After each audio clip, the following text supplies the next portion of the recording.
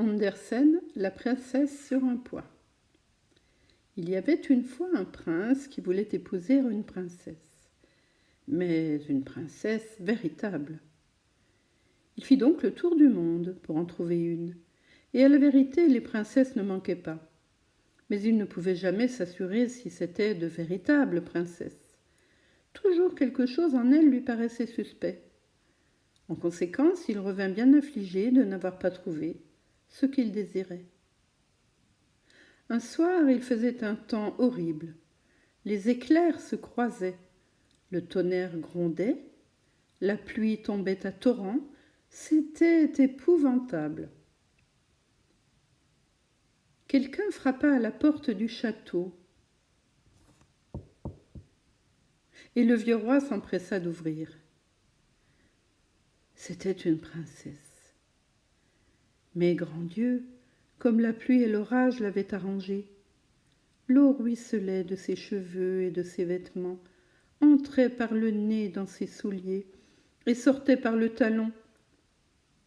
Néanmoins, elle se donna pour une véritable princesse.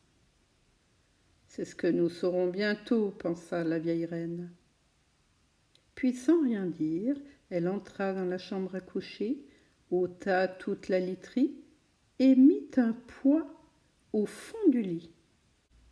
Ensuite, elle prit 20 matelas qu'elle étendit sur le poids, et encore 20 édredons qu'elle entassa par-dessus les matelas. C'était la couche destinée à la princesse.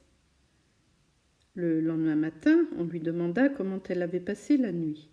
« Bien mal, répondit-elle, à peine si j'ai fermé les yeux de toute la nuit. Dieu sait ce qu'il y avait dans le lit. C'était quelque chose de dur qui m'a rendu la peau toute violette. Quel supplice !» À cette réponse, on reconnut que c'était une véritable princesse, puisqu'elle avait senti un poids à travers 20 matelas et 20 édredons. Quelle femme, sinon une princesse, pouvait avoir la peau aussi délicate ?